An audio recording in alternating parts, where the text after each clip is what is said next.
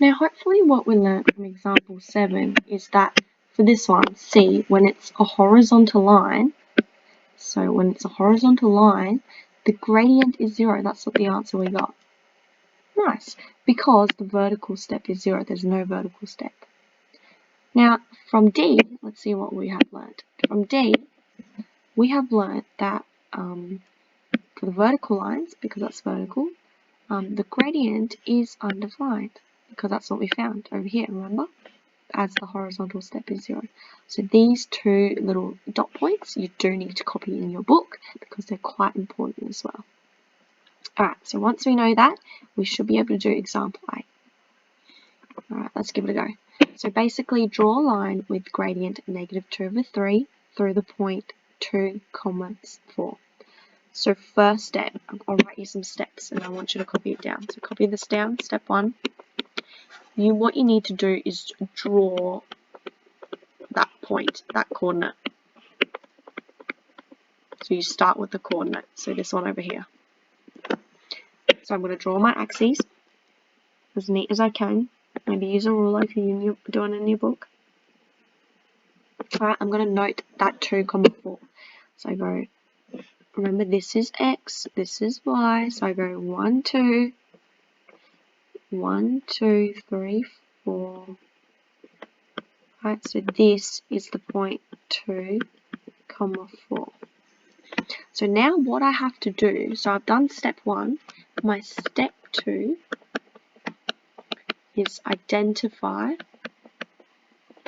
X and Y step from gradient. So what that means is, what's my gradient? Well, my gradient over here, gradient, so I can write gradient is -2/3. So you might think, wait, how did my negative go from being at the front to over there? Well, you can actually choose. You can either put a -2 there, or you can actually put a negative there. You can choose. It doesn't matter as long as you do one of it. But a little fact is, over here, you have to use a positive X step, meaning which one was X and which one was Y. Hopefully you remember. This one was X step. This one was Y step. You need to have a positive X step to make your life a little bit easier for this. So when you choose to put that negative somewhere, make sure it always just goes to the top. That's just an easy way of remembering it to make your life easy. Alright, so I'm just going to change that to green so it's -2/3. So basically what I'm saying is my -2 is the Y step, my 3 is the X step. So all I have to do is do those steps basically. So I'm over here at my 2, 4. I have to go down 2 because that's my Y step. I have to go 1, 2. And then I have to go +3. I have to go 1, 2, 3. So over here is my new point, basically. Now I can do it again. I can keep going. So let me do that again. So I go, I'm going to use a different color so you can see. I can do it again.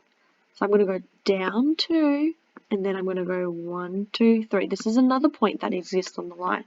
Now I can keep going on and on and on. I can go down 2, 1, 2, 3. So that's another point that exists on the line. Now, if I just kind of erase that to just make it easier, do you see how all these 4 lines are kind of linear? Well, that's what it's meant to be, right? That's what we're learning about. So that is what your line looks like. So if I just, extend the X and Y axis so it looks a bit nicer, that's what your graph, that's the graph you want to be drawing basically. So we draw a line with gradients, that's done. That's how you do it. So once you do this example in your book, I want you to copy it down. Let's write step 3 while we're at it. Step 3. So what you want to do once you do the X and Y step, I want you to draw, so move X and Y step, and then draw a dot, so I might do, then draw a dot, alright, step 4, all you have to do is connect the dots now, easy. So these are some steps if you want to make it really step by step clear to yourself. But all you have to do is pick a point. So from this point, I'm going to use a different color. So from 2, 4, all you have to do is move that much gradient, which is, negative 2y step, 3x step. Those are the things you have to be just doing. Right, I'm going to erase that so you can just look at it later. But that's all you have to do.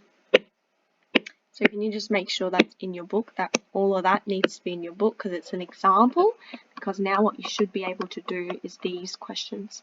So I want you to basically do all of these questions. You should be able to, on a grid paper, draw a line that has the gradient of that. You should be able to consider these lines and answer these questions. And you should also be able to draw on the same axes a line through there with the gradient, different gradients. So you should have different gradients for each of those. So you should be able to do all of those and make sure you check the solutions for them.